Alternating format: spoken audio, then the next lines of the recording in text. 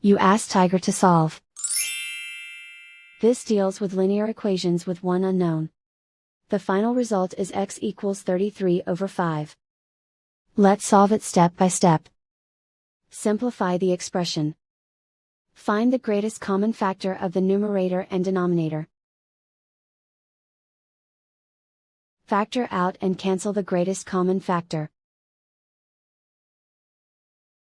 Group all x terms on the left side of the equation. Add 2x to both sides. Group like terms.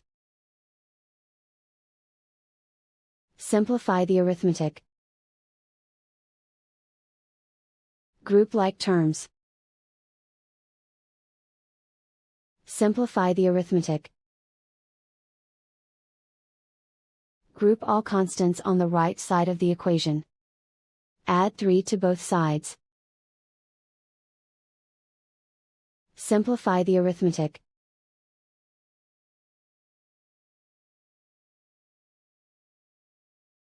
Isolate the x. Divide both sides by 5. Simplify the fraction. And so the final result is x equals 33 over 5.